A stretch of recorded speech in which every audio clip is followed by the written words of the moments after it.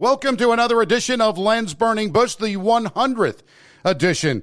Before I bring on my guest for the week, I want to talk about what's really burning my bush. But before that, I want to acknowledge the fact that, yes, 100 of my rants. Thank you for putting up with me the last 99 weeks. And for those of you that are getting started, well, you got a lot of binge. You got a lot of shows to binge on and to listen to. And speaking of binge watching, things are a little bit different on the streaming services these days, and I can't say that I like it one bit. And I'm going to get into details on this. So it used to be when a season or show was released, we could watch one show after another until we were done, and we liked it, right? Just continually watching the show over and over again, and your eyes, you could barely stay awake, but you liked it, right? Well, now we have some shows deciding to change that, to release a few shows at a time and do more of a weekly or even just release part of the season. And let me just say, as someone who's old school, we had that back in the day, and we don't want to go back to that weekly and having to wait for the episode each week. I want to see it now, right? Daddy, I want an Oompa Loompa now, right? Those days are over. We don't want to go back to it. If I choose to watch the whole show in a day, that is on me. Let me choose to binge the way I want to binge. Recently, two shows in particular have burned my bush, and I'm just going to go into it. First, I was under the impression that Ozark released all of their episodes for the full final season. And if you watch the show, it's awesome. So I binged watched all of the shows that were available. And I got to the end and I'm like, I'm not done. And it seemed like the show's not over yet, right? Well, it isn't. I read that it started up again late April now. I have to wait for this particular show. Now, I prepared myself for the closure and then didn't get it. Why, Ozark? Why? Then most recently, The Marvelous Mrs. Maisel on Amazon Prime. Another great show. It came back on February the 18th. I was very excited for it to be back. My wife and I started watching it. We got through the first episode and then said, let's do another, right? So when the second one ended, I asked her, hey, you want to do one more? And she's like, sure. Well, I looked for the third episode and I couldn't find it. And I said, I had to look up the fact that they are now releasing it weekly for the remaining episodes. What is this, 1999 now? You know, weekly. Again, come on. If I choose to binge, let me choose to binge. That is what I wanted to do. So I figured I wanted to check on this to see if this was now the new normal. And I came across an article in Variety magazine on how The Marvelous Mrs. Maisel and others flipped to weekly releases as streamers go beyond binge. What the actual F, right? When did this happen? Did I miss a meeting? Who has time for weekly anymore? And if you did, you'd be listening and watching Lens Burning Bush every week, right? So in the article, Amazon studio executive Vernon Sanders admits he wasn't sold on the idea of releasing it this way over multiple weeks. The binge drop had worked for the show in the past. So why mess with it? Yes, Vernon, why mess with it? It was creator Amy Sherman Palladino and fellow executive Daniel Palladino who lobbied hard to make the change and spread the show. And again, why? So they said because the show had a long break over COVID, and we think it's such a special season, and it deserved more of a spotlight on it than the show normally did. So this is what she said, right? This is what she said. I would never recommend you sit down and watch all the shows in one sitting. I just don't think that you're going to have the best experience.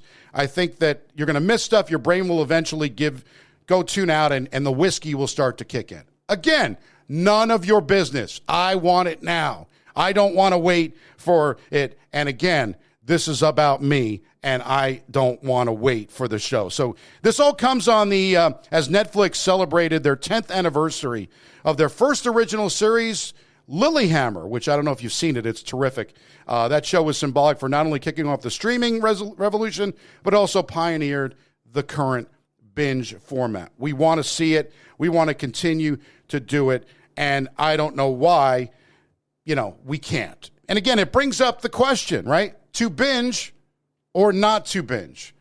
That is the actual question. With that being said, it's time to bring on my guest, or in this case, guests for the week. They last appeared back a year ago, episode 46, Social Share MD. The wonderful band Blue Jelly, constructed of Jim Biedenbender on vocals, Steve Farris guitar and vocals. Listen to me, vocals. Phil Henson, bass and vocals. Joe Miller, drums and vocals. Rocking out to music, Steely Dan, Deep Purple, The Eagles, Jimi Hendrix, Tom Petty, Van Halen, Midnight Oil, just to name a few. Please welcome my friends, the band Blue Jelly, to Len's Burning Bush. And I got to get the streaming and everything working here. It's a whole new show since you guys have been on. Welcome, Blue Jelly. All right. Thanks for having us back. Good to see you. It's good to see you as well. And got to, Friday night, you guys rocked it at the Squeaky Squirrel. It was a tremendous thing. And Susan was happy because you played Def Leppard. And all of you did a great job on that song. But what are your thoughts about this whole binge watching and then changing it midstream? It's not fair. No. I lose track. I lose interest when I have to wait because I'll miss that episode. I can't plan weekly like you used to be able to do in the past. Yeah. I don't like to wait. Well, that's the same thing with me. I don't like to wait.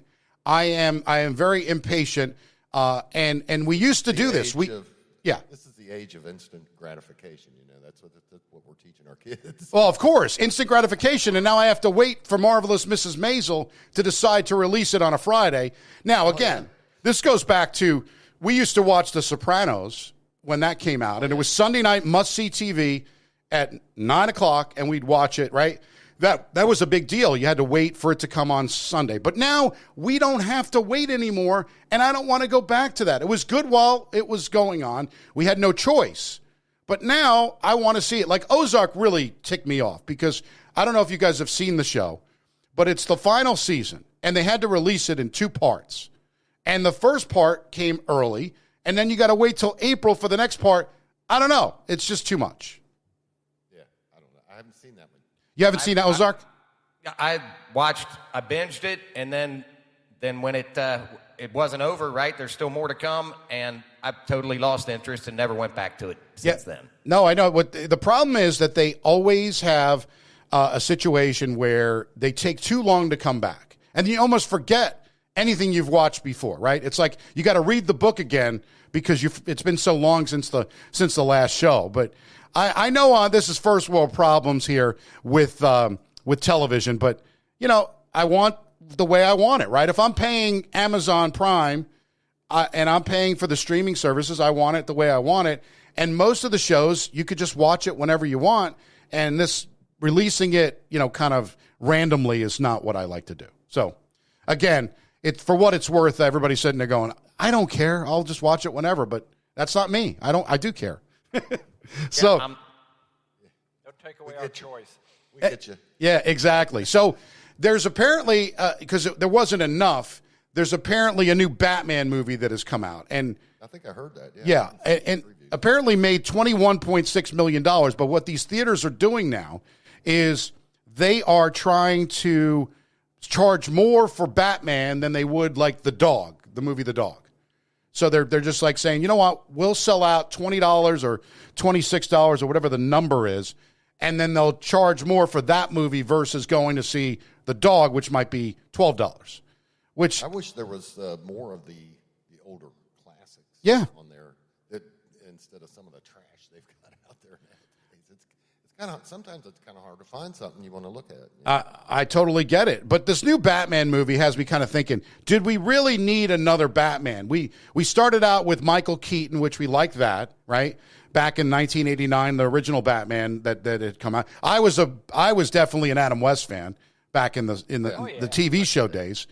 And I would prefer that. And then all of a sudden, you got the Batman came out in 89 with Michael Keaton. And then they had to go through several Batmans, including George Clooney and Val Kilmer and all these other people now. And I don't know. I'm just Robert, Pattinson, I guess. I don't even know who he is, to be honest with you. Does anybody know who that is? I mean, there's a bunch of old people arguing over these kids today. Is that the new Batman? Yeah, that's the new Batman. I'm a huge Batman fan. As a kid, I loved the comics. I loved, like I said, Adam West. I liked all of this, and I would watch it all the time, all the Batman movies. And I even liked Christian Bale. Those versions were actually pretty good as well, but they got a little too dark. And I don't know what this one's going to be, but, the Batman. So we'll see how this goes. Maybe I'll watch it, but I might wait for this to come on, like, pay-per-view or something like that. I don't know if I'll go to the theater. Although I do like, they're saying it's $26.99 that they want to charge for this movie. Wow. So what's up with the Snappy Tomato Batman pizza? Have you seen that? It doesn't even look like Batman. No, it doesn't. I don't think Snappy Tomato looks like pizza, Jimmy. I mean, I'm just in general from Jersey. I don't look at Snappy Tomato and say, I have to have that. It's a necessity when it comes to it tastes okay, because even bad pizza is good. But it does not look like the Batman. And apparently this movie, you gotta really bring a pillow with you, because it's over 3 hours. Oh my gosh. I think is what they say. It's longer than Pulp Fiction. It's longer than Heat. It's longer than The Godfather, which again, it can't be better than The Godfather.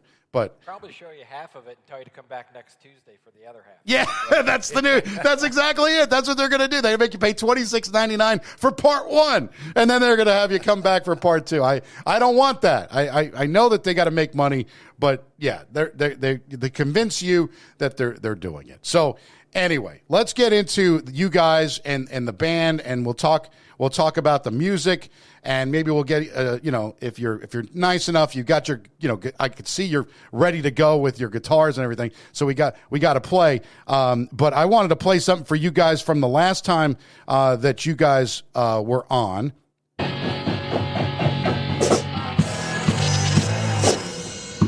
How can we dance when our earth is turning?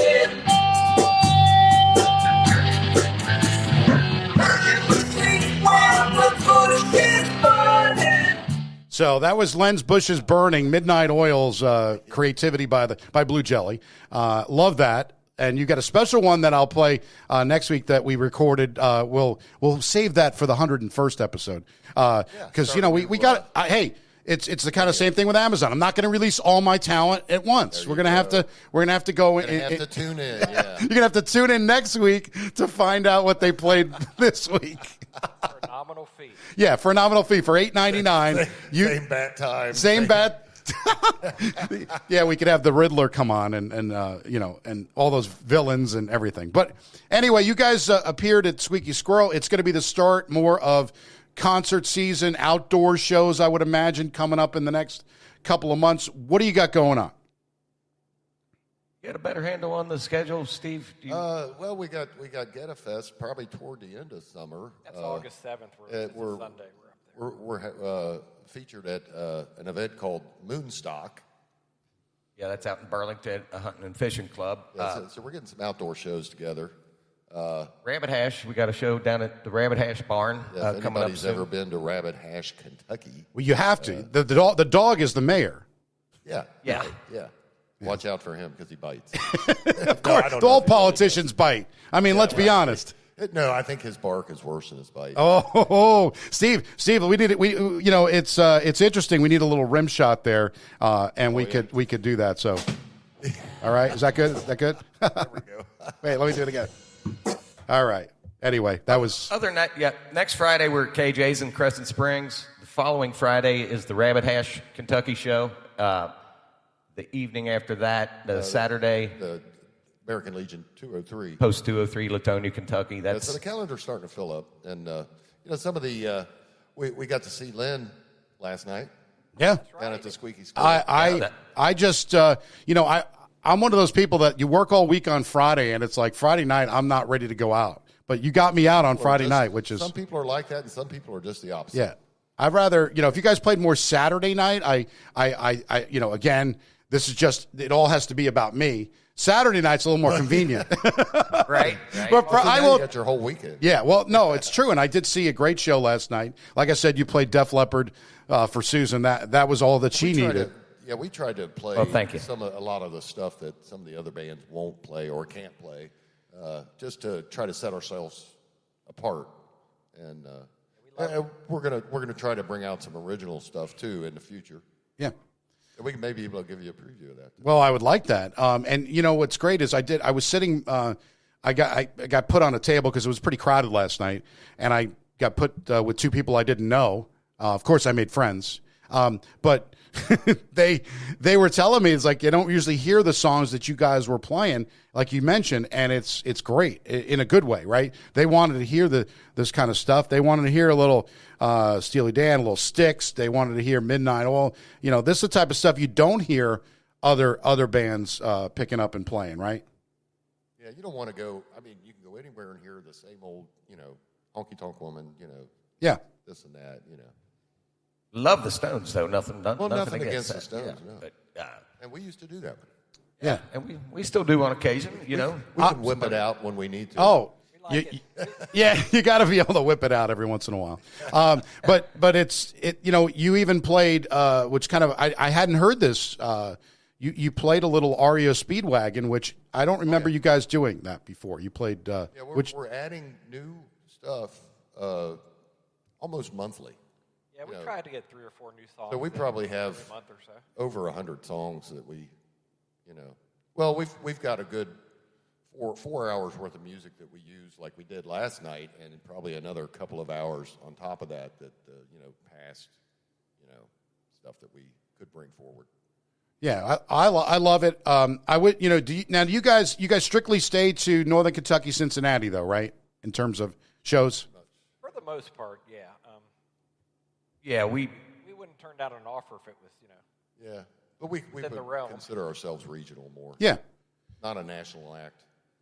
I don't know if we could handle that really. Yeah, we have been asked to come to a Moose Lodge near Grand Rapids, Michigan. So Oh, wow. We're currently negotiating with them. Don't know if that's going to come through or not, but that's a possibility. So that was kind of crazy to be asked to go that far. Yeah. But they had heard us locally, and they wanted us to come and play at their place. So we'll see what happens with that. Well, I'd like to have a concert series in my backyard, so I'm working on that. So we'll figure out something. The concerts. That's a little closer, Jimmy. Yeah, that's way less than a 6-hour drive. Yeah, a little bit better. We're all for doing corporate events and festivals and just anything we get into. Yeah, weddings. We've got some weddings lined up for this year, and I would we're love excited. it. Yeah, I would love it. Bar mitzvahs, it would be good for me. You got blue jelly for the bar mitzvah. You got to play the horror. Can we play? Can we play a little? we can learn it. I love it. Everybody, get up! It's time for the horror. Yeah, it's. We got to get that. But I, like I said, I think we need more. I give you guys a ton of credit because it is. Music is so hard, and what you guys do is so great. I mean, Phil. On bass guitar is just fabulous. Joe on the drums, I watch and I'm envious because, again, everybody's a frustrated singer. Everybody's a frustrated. They want to play the guitar, and they're always. That's why we do air guitar, right? Everybody wants to play the drums. They sit there and we want to do it, but again, it's like the hands don't work. There's no rhythm over here, is what I'm saying. You got to have rhythm. It's important that you guys have rhythm. I love it. I love that you consistently have rhythm. So I would love it if you guys have anything new that you want to play or you got something ready. We got it, and all our people that are streaming this now. I'm going to put you guys on the full screen because nobody wants to see me. They would rather see Jim Biedenbender. Hey, you're welcome to sing along, Lynn. Well, screen it. I do. We can, and it's the band Blue Jelly, Jim Biedenbender, Steve Ferris. So Steve's got the cool hat. He's on the left side. On the right side is Phil on the bass, and we got Joe back there. We could barely see him. We'll have to zoom in the camera, but he's waving. So, and of course, the legendary Jim Biedenbender, who is my wife's boyfriend. So there you go. All right. All right. Okay. Now it's out there. Oh, it's out there. It's okay. We it's a long-standing agreement. Okay. All right, here we are. The legendary Blue Jelly. This is going to be an original. Yeah, this is an original one we wrote years ago, and we just kind of remembered it and started playing back around with it again. So, original Blue Jelly tune here. It's called "You're the One."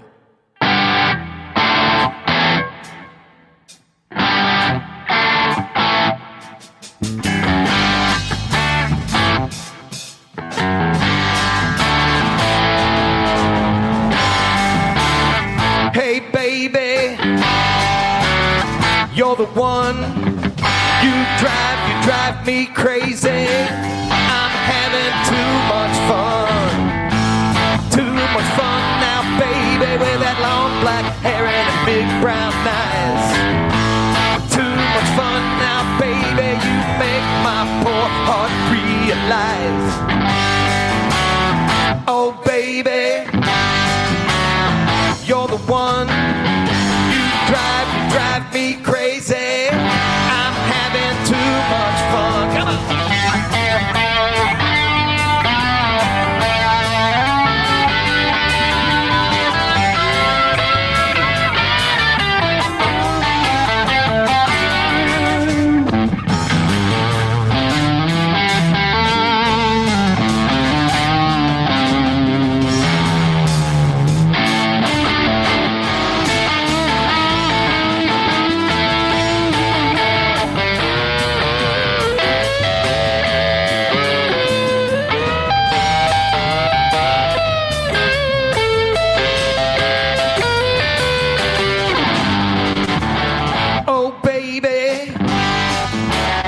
You're the one. You drive me crazy. I'm having too much fun. Too much fun now, baby, with that long blonde hair and the big blue eyes. Too much fun now, baby, you make my poor heart realize. Oh, baby, you're the one. You drive me crazy. I'm having too much fun.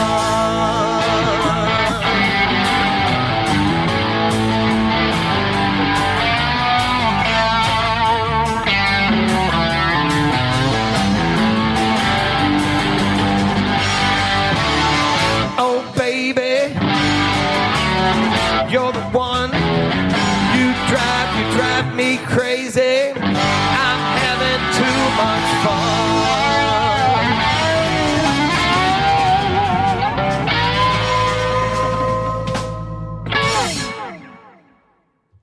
Well, that was fabulous, guys. It really, you're the one. And now, can anybody get this song, or is it on any kind of CD, or look at me. Lynn's Burning Bush. Well, I know, and I'm gonna promote it.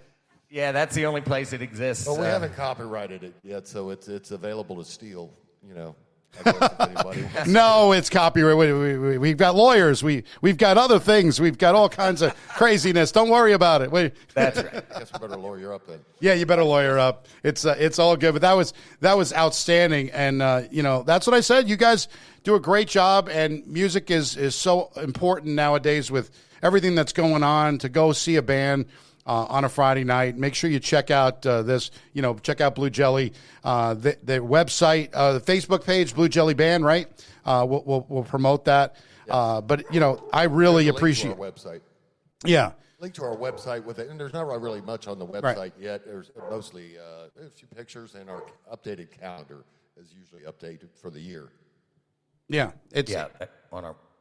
So if you want to see where you can catch us, just go to the Facebook page and follow the link to the website, and because we usually won't post shows maybe a couple weeks ahead of time or something, a month ahead of time. Yeah, and while you're on the Facebook page, please do us a favor and like that page for us. We'd appreciate that. And like Lynn's page too. Yeah, on there. I mean it'd be nice, right? Like, comment, subscribe. How's that go on YouTube? And hit the ding dong bell or something, right? Yeah. Now, do you guys have a YouTube page? We do not. Okay. We may. Yeah, you're working on it. It's it's in development. You got to say, Steve. It's in development. Under construction. Just like we got lawyers, right? We got copyrights, and we got. Right. We got to make sure we've got it all. We've got it all covered to make sure you're all doing it. One thing I wanted to do is make you guys feel older than you really are, because I felt pretty old when I read this. Do you remember Suzanne Summers from Three's Company? Yes. Okay. Well, she's 75, by the way. Ooh. 75. But here's what's amazing about her. Do you remember the whole situation? She left Three's Company. She had this big contract dispute with a lot of money leaving on the table, and she walked away. But then she created the Thigh Master. Do you remember the Thigh Master? Oh, yeah. Yeah. I think I heard about that. Well, she's talking about it now. She's talking about how she has, people have asked her, how much money have you made on the Thigh Master? Well, she said, you just got to do the math. $19.95 times 10 million products sold and just go through that. So we're talking about $300 million that she's probably made on anything now she's worth. Isn't that amazing? So she went out of acting and she did something even better. That's awesome. So make sure you get a Thigh Master. I'm going to invent the hip replacement master. The hip replacement. There you go. That's what we need. We need all of that. It's Technology is wonderful. now good news for you single men out there. Apparently, Danica Patrick is single again. She split from her boyfriend Carter Comstock, and she's done. Fortunately, she said it didn't work out, so everybody now she's available. Well, I hope she doesn't change teams. No, I don't. I think she's still on the team. Yeah, she's still on the team. Is she done dating race car drivers? I don't know. Maybe he was just too fast for her. It could be. Look at Steve. He's just like he's got the rim shots today. He's loving it. It must be. It must. I'm waiting for one. I know. Yeah. There we go. We got the drummer back there instead of having my stupid sound effects over here. Joe, wake up! Come on, it's early. I know we were out last night. We had a late night last night. Well, I get up from my day job at 3:30, so Fridays are always hard. So, it's crazy. Well, make sure you have large hands, apparently. Have you seen this in the NFL now? That now quarterbacks are being judged on the size of their hands. They are now, Joe Burrow apparently has like 9-inch hands, but there's a quarterback on the University of Pittsburgh, Kenny Pickett, and he's got 8.5-inch hands. So they're saying that because of his small hands, he can't hold on to the football as much, which I don't understand. It's just we're measuring hands. They go on TV and they've got all these training. They're doing the long jump and they're doing all these things. I'm like, they're playing football. What do you need all this stuff? You carry a 300-pound lineman who just moves from side to side has to run a 40-yard dash. I feel for those guys. I couldn't run a 40-yard dash right now. So why do they have to do that? Poor people. Reminds me of the other day. Me and the wife were in, I guess, a Home Depot or something. I don't know. So I walk up to one of the sales guys and I'm talking to him, and I'm finished. I look around. She's 3 aisles down. I go get her. I said, "What the heck?" She said, "I couldn't take it anymore. He had little girl hands. I couldn't look at him." Oh my! There's such a thing as little girl hands. I guess he didn't have the man hands. Wasn't Johnny Bench able to hold like 7 baseballs? Yes. Oh, yeah. There's a commercial with him with the that stuff, Blue Emo. I guess it smells good or something. I don't know. It doesn't stink. Is what the and yeah, he puts all the baseballs. I think I have average hands. My hands aren't huge, but I don't know. I guess we have to start measuring our hands. I always thought it wasn't the size of the hands, but I don't know what it. What do I know? I don't know. It's how the size matters. Yeah, apparently it does. In the NFL, it does. Size and everything. They overanalyze everything. They have 24 hours of news to cover. Yeah. They got to have something to talk about while the guys are out there adjusting their. Yeah, they're adjusting, and apparently baseball can't. Plays. Yeah, now you're getting into Joe Namath territory. Oh yeah, Joe Namath. That's right. Yeah, God, we're going back. No, people. I think we lost everybody right now from 1969. The crowd it's a little bit older now with Joe Namath. I remember Namath. He was drunk and he was getting interviewed by Susie Colbert. He's like, "You're nice. I like you." He's talking to her, Susie Colbert. That was a famous interview. And baseball still can't figure out how to get on the field. Opening day's been canceled. And in Cincinnati, that is like a rite of passage. Now, are they still doing the parade, though? No. I don't think so. I think they're postponing it until they get an opening day. And one thing, it'll be a little warmer when they finally do get around to it. This is true. And I've always said you could start the season May 1st and get rid of all those snow games that you have to cancel anyway, and then make it into like 100. See, if I was commissioner of baseball, this is what I would do. I would start the season May 1st. I would also end the season before Labor Day. I would have the postseason and everything end before Labor Day because you don't want to compete with football. They said that an average football game generates 17 million viewers, and a baseball postseason game only gets 11 million. So you got to be away from the NFL. You got to have your own time, and from May to late August or whatever, because once you get into the NFL season starting, people tune out, and that's kind of what happens baseball. But the players won't be taking a pay cut. Oh no! People that work at the stadiums, they're going to be hurt. Of course. All the supporting businesses. And no one ever thinks about the guy that sells the hot dogs or the beer, those $10 beers. Somebody's got to be working. Or the guy that collects your $15 to $20 for parking. And, Exactly.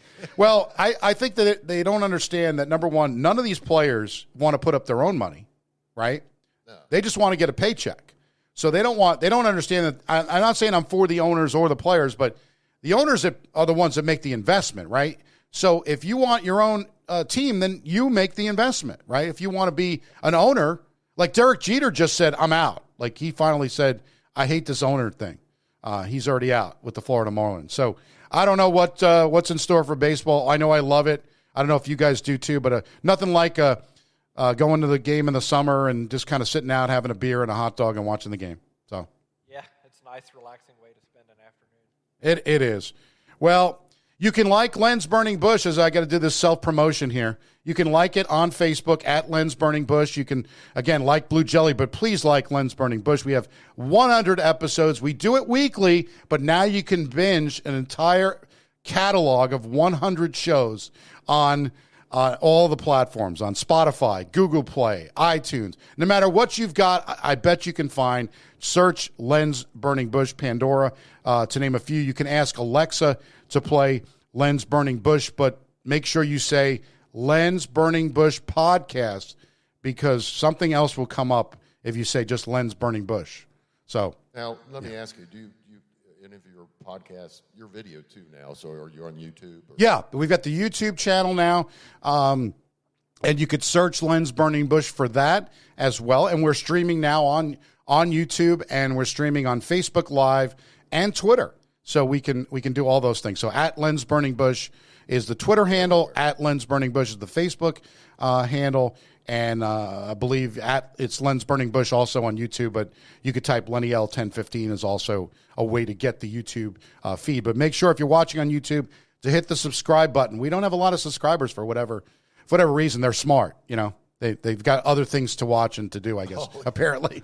They're binge watching. They're binge. Yeah, to binge or not to binge, that is the question. But thank you, guys. Thank you, Jim Biedenbender. Thank you to Steve Ferris, Phil Henson, Joe Miller in the way back. We got to give you propers. Go out and see Blue Jelly, because let me tell you, it's a great experience. You get a cold one, and they like to have a cold one with you as well. It doesn't get much better than you guys. So I appreciate you coming on for the second time, and hopefully you'll be kind enough to join for a third time coming up. Well, we appreciate you having us, and we appreciate the people that come out to see us. It's why we do it. We have fun.